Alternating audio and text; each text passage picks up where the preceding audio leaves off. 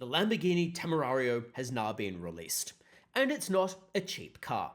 In a prior video, I went through my thoughts about the vehicle, but here I'm going to talk about the costing for the car, the MSRP which has now been released, and the cost for various options.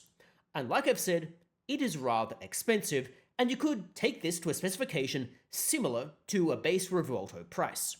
The base price for the Temerario is $357,000, but there's a lot of options. They are plentiful and they are expensive. And I'm going to go through how I would spec a car, but if you've got any thoughts about how you would spec it, well, let me know that in the comments below.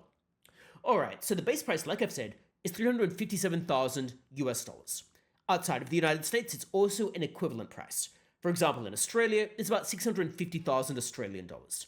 There will also obviously be various other charges that will be leveled upon top of that car when you go to register it, etc, etc, etc. But I'm talking base prices here. Now the options become rather expensive.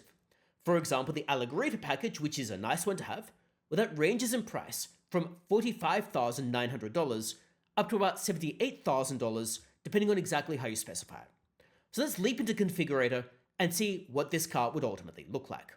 So here I am in the configurator, where we can see a base, unoptioned Lamborghini Temerario. And it actually looks okay without many options. Now here, to my mind, there are two paths you could go down. You could either go down the cheap and cheerful, cheapest on the market path, or you could go down the path of speccing the Allegorita package. I think you need to make a choice about which of those two you do. And to my mind, resale should always be front of mind, because you will probably not hold this car forever, and if you're like me, you hate losing money on assets, and a car is a very large asset, and therefore minimizing your losses is going to be important. Hence why I'm going to be thinking through resale when I'm thinking through this. And if you think I've got it wrong about resale and the options I'm choosing for resale, I'd be interested to hear how you would spec it otherwise. Now, if I were just going down the route of the cheapest possible car, what I would probably do is very, very, very minimal options. And in reality, when I spec the Allegorita package, I probably wouldn't do very much different from this either. But in any case, here I've got the base car. I'd go paint. And under paint, I'd select Rosso Mars. Why Rosso Mars? Well, Rosso Mars is a zero-cost option according to the option cost sheet that I've seen. So therefore, it's cost-effective. And that compares with something like Verde Mantis, which is $9,600, and therefore much less cost-effective. Verde Mantis, like I said, is really nice, but it's $9,600. Verde Mercurius, which is further down here, is an ad personam color. That was the color that Lamborghini used to demonstrate the Allegorita package. It's over $13,000. The matte colors can also be very expensive, and I don't like matte cars, so I'm going to skip the matte ones anyway. So I'm going to go with Rosso Mars. Like I said, just because it's cost effective. I'll go back to other options exterior-wise. Now, next one is wheels. Now, you can spend a lot of money on rims. For example, you can get carbon rims, which is some $20,000. The ones that I've got here are the base rims. They are a zero-cost option, which is the, I'm butchering the pronunciation, Algareno wheels, I don't know how you pronounce that, in shiny silver. That is the base zero-cost option. You can slightly upgrade those for $1,900 to diamond cast or diamond cut matte titanium, which I think looks a bit better, but not necessarily so much better I would spend the $1,900 on it. So I'm going to skip that, but every $1,900 adds up. And every time you think, oh, it's only $1,900 here, or $1,000 here, or $1,000 there, all of a sudden you've spent 40 grand and it's gone on all of these little options, none of which are necessarily going to move the needle on whether the car is better or worse than another one. So I'm just going to go with base wheels here. Now, like I've said, you could go carbon. I would not recommend it because they're going to be annoying to maintain and they are super expensive. All right, so we've got our wheels. So now we can go to brakes and calipers. This one's a little bit of a tricky one because in a red car, I don't think the color of your brake calipers will make very much difference. I don't think the buyer is going to go, oh, gee, you've got black brake calipers, therefore this car looks less cool. I don't think they're going to go, oh, gee, it's got red brake calipers on a red car and is a Lamborghini, therefore it looks more sporty. I think it will make zero difference on a car of this color. Now, if you were to get brake calipers in a different color, that's $1,900. I'm going to save my $1,900 and go with a cheap and cheerful car here. So let's go with that, or go without that for the moment. Go backwards, and then we can go to other details. Now, in terms of other exterior details, I'm going to skip a lot of these as well. The style package, I think, makes very, very little difference. I can barely tell the difference when you select it, and I've selected it here. I couldn't tell much of a difference, and it's loading, and the car looks the same to me. I'm going to deselect it, and the car will still look probably the same. So let's not select that one. In terms of side details, I'm going to skip those as well, because a number of these are like carbon mirror, etc., although that's in a separate section, but I'm going to skip that. I think it looks fine as this red-black contrast. And I don't think we need carbon matte blacklit Temerario logo door stills. In terms of rear details, again, here you can skip some of these. If we go through onto the gallery, you can see where some of these would arise. Now, the rear details are really going to show up around the back view here. And where they're really going to come into play is around where the number plate is. And here, the main option is that you can select that to be in black, which creates some contrast. I don't necessarily think it looks any better in black. I personally actually think it might look better in body color than in black. I think in black, maybe it looks a little bit more busy. So I'm going to deselect that. You can select that, and I believe it's $1,100 to have that in shiny black. I'm going to skip it.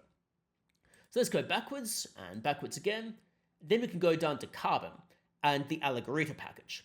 Now, under carbon, you've got a few overarching options here. Well, three really that are relevant in my opinion. First, front splitter in carbon. Second, rear diffuser in carbon. Third, side mirrors in carbon. I'm going to skip the front splitter and the diffuser because those are the areas of the car that are the most likely to get damaged, and therefore the areas that are going to be the hardest to repair if you've got them in carbon. Furthermore, you get PPF on those anyway, and when you're doing the PPF, you can get those with carbon, well, carbon wrap to be fair, and I think that will be probably a better option than risking the damage on the carbon there. If you were to get carbon as the rear diffuser or the front splitter, you are looking at a lot of money. Specifically, the front splitter in carbon is $5,500. The rear diffuser in carbon is even more expensive and is $7,900 if you want shiny carbon. That is expensive. We're looking at like $13,000 for carbon on the diffuser and front splitter. I don't think it's good use of money, firstly. Secondly, I think it's likely to get damaged, or the most likely part of the car to get damaged, so I'll skip those. The side mirrors in carbon, I think, are unnecessary, because I actually think it looks quite nice from the get-go, an option with the red and black contrast, so I'll skip that. Again, if you would go to the side mirrors in carbon, that's going to be around $3,000 to $4,000, depending on exactly how you're doing it. So we can now go back to talk about the Allegorita package. Now, this is where that big split occurs in my mind, because the Allegorita package is nice to have, but it's also not cheap. The Allegorita package is between $45,900 and $78,600. Now, the real issue here is that's a lot of money that you might not ultimately get back. The livery can look nice, so let's just select that for the moment. So we'll select the one with livery. That's, again, like I've said, about $30,000 more dollars. Then you need to add a livery color. So I need to add a color. Let's go with Rancio Apodus. That's my livery color here. Now, let's see. I need to add a color here. Let's just go with that. This is going to mess up my specification, but in any case, we'll just see what it looks like. Now, with the livery, it can look kind of cool. It's not changed the color of my car in some areas, but also awful in other areas. I hate the pinstripe in the splitter. I hate the pinstripe in the side. I hate the pinstripe on the rear diffuser. I think the pinstripes there look bad. Where I do like the pinstripe is I love the contrast around the top. Around the top, it has the black roof. It has the contrast line here. I think that looks good. Now, this Allegorita package with shiny livery, I think it has some advantages. However, like I've said, the big disadvantage is it's expensive. Now, of course, like I've said, this is a specification.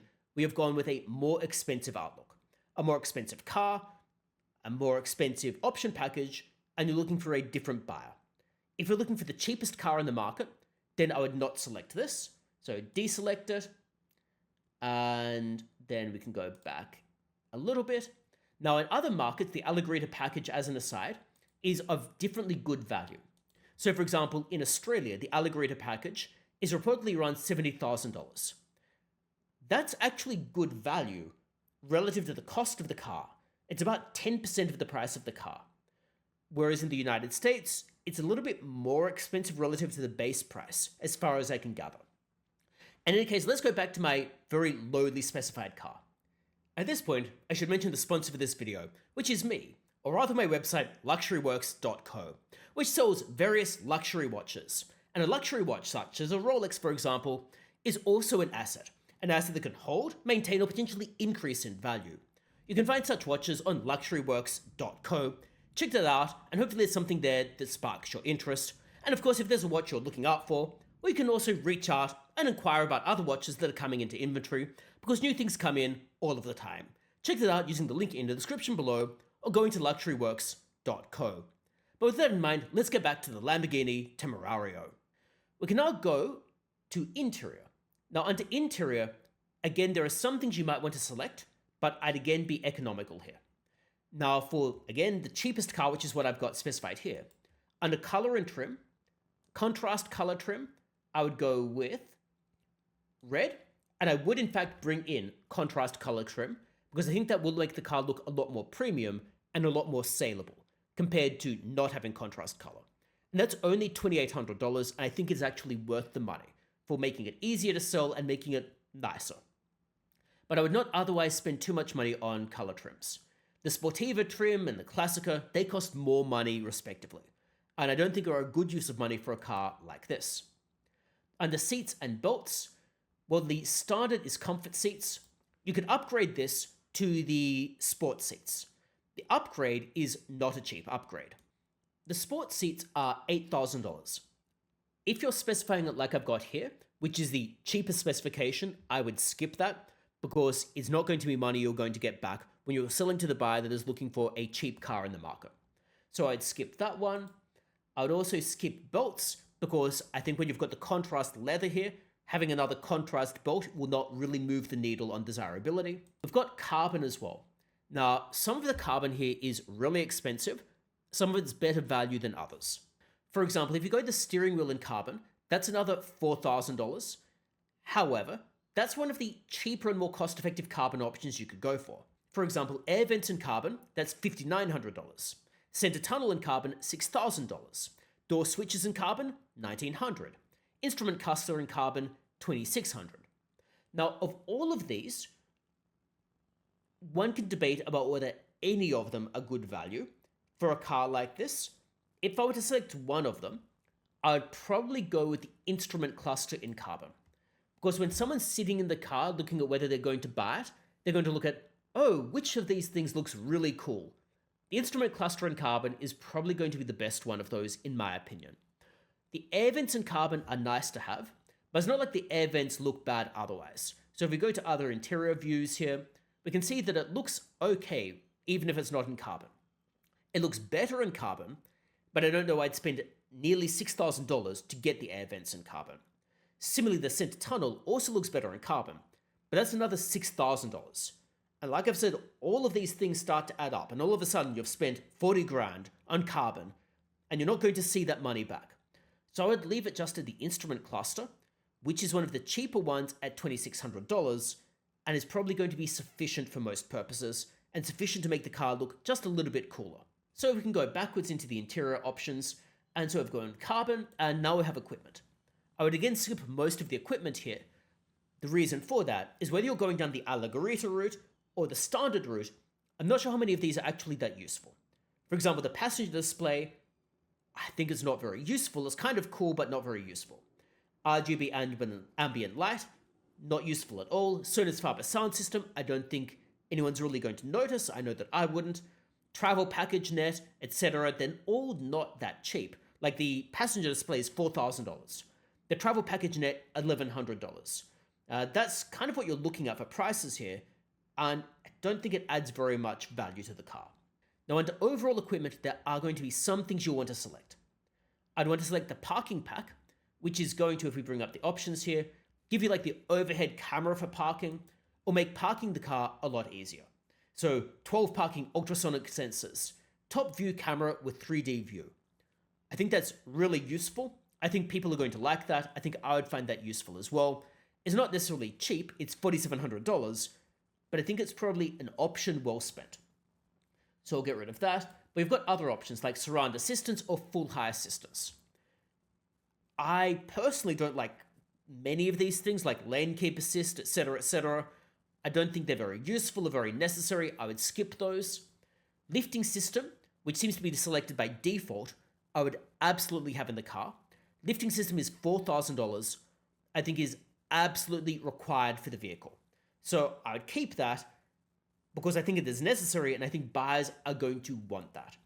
The other options like headlamps or garage door or auxiliary heater or preparation for fire extinguisher, I would skip. I don't think any of these other things are going to be that useful or necessary. In terms of the warranty, I'm in mixed minds about this. Warranties can be great. And with an unknown car, like one that has a new hybrid system, that could be very useful. But of course, the downside of a warranty is that often they have a lot of exclusions, so the warranty might not even cover you anyway. So you'd really want to read the fine print before actually selecting that. I'd want to actually see what the warranty contract says. Because if you're going to exclude everything from the warranty, what's even the point of having it? In any case, that's how I'd specify the car if I'll go for the base car that doesn't cost too much money. The alternative, of course, is, like I've said, the Allegorita package with some options, but again, it really depends on exactly what you're looking for here. I would personally lean toward the base car with few options, in large part because there's always a buyer for that car. A lot of buyers, when they're looking for cars, are really going to hone in on the odometer before they even look at options. And you can see this in car filters anyway. So for example, when people are filtering cars on a car search engine, the odometer is one of the first things they see. And as a result, they're going to really ask themselves, this car has 10,000 more miles, and it has some more options, and this car has 10,000 less miles. They're generally going to incline toward the one with fewer miles on it.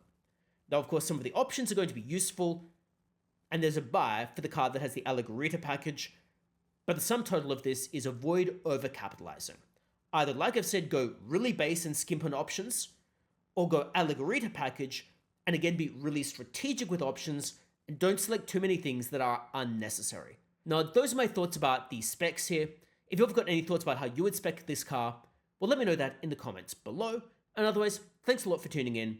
Don't forget to subscribe, and hopefully I'll see you next time as well.